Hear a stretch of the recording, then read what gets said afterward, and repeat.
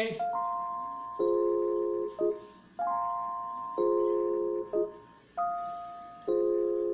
sinugdanan sa tanan na sa papel ko gisulat ka sa hunahunang may pagduha-duha mo hunat ang pagbahagi sa kaaging ikuhaan og kusog nga wala gi kaluyahan ibarog sa kalisod o mga bay kamusta narapoy isirgamay ang kaagi sa usa ka karaban nga dugay ni pahugot kitaga usa ka bara gibuhatan og tumong nga makuhaan og leksyon sabay sa saktong direksyon cause I drop the bars with some positive views spinning facts can relax what I'm trying to do is I could rap like an android by giving a sense not a bogus showing some love 100%. Well, my memo was the feeling. I'm keeping the flame. I got a lot of stories to tell. Painting the frame and I elucidate my thoughts while I'm standing on stage. Then I am making new chapters, adding more page. Kaya sa gawa ng mga lirikong may ingay. Nasa mikropono di mapigilan ang tumibay. Huwag kang maghinay-hinay kung meron ka mang gustong abutin. Pag-umpisa ka lang sa dulo hanggang mamusok ang tren na parang isang awitin. Merong gustong sabihin mga bagay negatibo. Ipaihip lang sa hangin dahil sa paglarap ko ay may iisang mensahe. Maganda ka't mag-impake sumabay ka na sa biyahe kay kaning nga sugilanan di sa bayan dahil no beat